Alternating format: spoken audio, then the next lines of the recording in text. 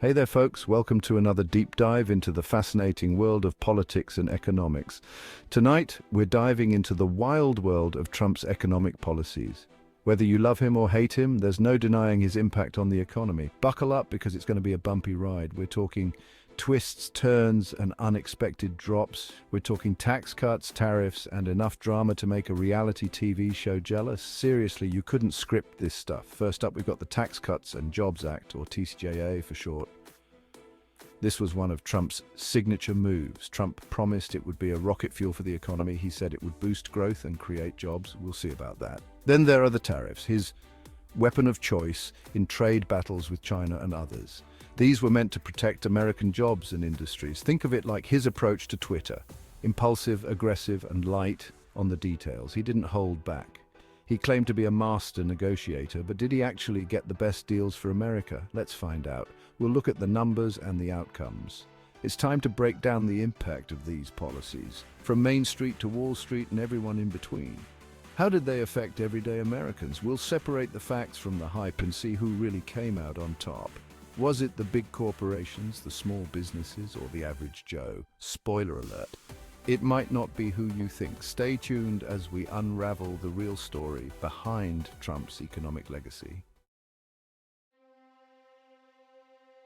Let's talk about those tax cuts, shall we? The TCJA was sold as a win-win for everyone. Lower taxes for all, right? Well, not exactly. Here's the thing. The cuts for corporations, those were permanent. But the cuts for individuals, they're set to expire in 2025. That's right, folks. Temporary relief while corporations get a permanent vacation from paying their fair share. So, who benefited the most? Surprise, surprise, it was the wealthy and corporations. The top 1% saw their after-tax income increase significantly, while the middle class got a much smaller slice of the pie. And let's not forget about those at the bottom. They barely got a crumb. Some argue that these cuts would boost investment and create jobs, but did that actually happen? We'll get to that later. For now, just remember, when it comes to tax cuts, not all Americans are created equal. Now let's talk about the elephant in the room, the national debt. It was already huge before Trump took office, but under his watch, it ballooned to record levels. Remember those tax cuts? Well, they came with a hefty price tag. The Congressional Budget Office projected that the TCJA would add trillions to the national debt over the next decade. Trillions with a T. Trump's response? He shrugged it off, claiming the economy would grow so much that it would pay for itself. Spoiler alert, that's not how economics works. This mountain of debt has real consequences. It can lead to higher interest rates, making it more expensive for you to buy a house or a car. It can also crowd out other important government spending like education and infrastructure, but hey, at least the corporations are happy, right? The greatest economy in the history of our country. That's what Trump repeatedly claimed about the US economy under his leadership. But were those claims actually true? Yes, the economy did experience a period of growth during Trump's presidency. Unemployment rates fell, and the stock market reached record highs. But let's take a closer look. The growth wasn't as spectacular as Trump claimed. In fact, it was largely a continuation of the recovery that began under Obama. And remember that revenue shortfall from the tax cuts? It meant that the government was taking in less money even as the economy grew. So while some Americans did see benefits from this economic growth, it's important to remember that the picture was far more complicated than Trump's rosy pronouncements. Section 5. The debt hangover, future shock. Remember that massive national debt we talked about? Well, it's not just a problem for future generations.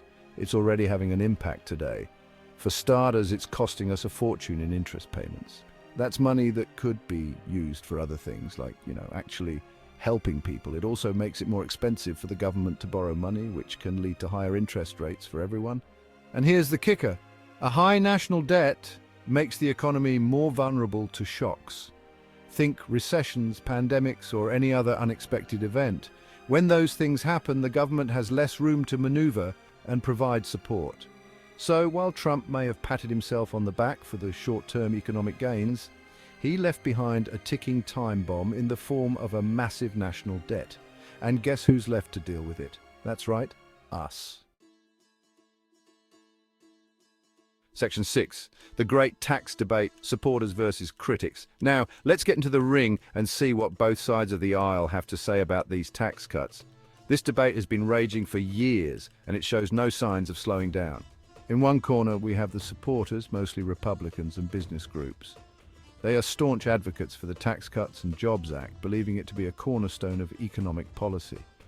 They argue that the TCJA was a much-needed boost for the economy. According to them, it provided the necessary fuel for economic engines to roar back to life. They claim it led to increased investment, higher wages, and more jobs. Supporters point to the surge in business activities and the rise in employment rates as evidence of its success. They also argue that lower taxes give people more money to spend, which stimulates economic growth. With more disposable income, consumer spending rises, driving demand, and in turn, boosting the economy. In the other corner, we have the critics, mostly Democrats, and progressive groups. They have a very different perspective on the impact of these tax cuts. They counter that the tax cuts primarily benefited the wealthy and corporations, while doing little to help the middle class and the poor. Critics argue that the rich got richer, while the average worker saw minimal benefits. They argue that the cuts exacerbated income inequality and blew a hole in the national debt, leaving future generations to pick up the tab. The national debt, they say, is a ticking time bomb that could have severe repercussions. Well, the truth, as usual, is probably somewhere in the middle. Both sides present compelling arguments, and the real impact of the tax cuts may lie in a complex mix of these perspectives. But one thing's for sure, the debate over these tax cuts is far from over. As new data emerges and the political landscape shifts, this issue will continue to be a hot topic for years to come. Section 7. Tariff wars not so easy to win. Next up, let's talk about tariffs. Trump loved tariffs. He slapped them on goods from China, Mexico, Canada, the European Union, basically anyone who looked at him funny. His rationale? He claimed it was all about protecting American jobs and businesses from unfair competition. He argued that other countries were taking advantage of the US with cheap imports and unfair trade practices. But here's the thing about tariffs. They're basically taxes on imported goods. And guess who ends up paying those taxes? That's right, American consumers and businesses. The tariffs sparked trade wars with China and other countries, leading to retaliatory tariffs on American goods. This tit-for-tat escalated tensions and created uncertainty in the global economy, not exactly a recipe for success. Section 8. The price of protectionism. Consumers pay up. Remember those tariffs we were just talking about? Well, they came with a hefty price tag for ordinary Americans. Those tariffs on Chinese goods, they meant that everything from electronics to clothing got more expensive. That's right, folks, your wallets took a direct hit. And it wasn't just consumers who felt the pain. Small businesses, manufacturers, and farmers all faced higher costs and disruptions to their supply chains. The tariffs were supposed to protect American jobs, but they actually ended up costing some Americans their jobs. Companies had to lay off workers due to higher costs or lost business. The agricultural sector was hit particularly hard as China retaliated with tariffs on American soybeans and other agricultural products. So, while Trump may have talked tough on trade, it was ordinary Americans who were left paying the price for his protectionist policies. Section 9. Farmers caught in the crossfire. Let's zoom in on the agricultural sector for a moment because those tariffs hit farmers particularly hard. The impact was felt across the heartland, where agriculture is not just an industry but a way of life. China was a major market for American agricultural products, especially soybeans. For years, American farmers had relied on this lucrative market to sustain their livelihoods. But when the trade war heated up, China slapped retaliatory tariffs on American soybeans, causing exports to plummet. This sudden shift left farmers scrambling to find alternative markets. This left American farmers with a huge surplus of soybeans and nowhere to sell them. Storage facilities quickly filled up and the excess crops began to rot. Prices crashed and many farmers struggled to stay afloat. The financial strain was immense, leading to increased stress and uncertainty in farming communities. The Trump administration responded with billions of dollars in subsidies to try to offset the losses. These payments were meant to provide temporary relief. But these subsidies were, at best, a band-aid solution. They provided short-term financial aid but did not solve the long-term issues. They didn't address the underlying problem, which was the trade war itself. The uncertainty of future trade relations continued to loom over the farmers. And they came at a cost to taxpayers, adding to the already ballooning national debt. The financial burden was shifted but not alleviated. The tariffs highlighted the interconnectedness of the global economy and the unintended consequences of protectionist policies. The ripple effects were felt far and wide. They also showed how quickly a sector that is vital to the American economy can become collateral damage in a trade war. The resilience of the farming community was tested like never before.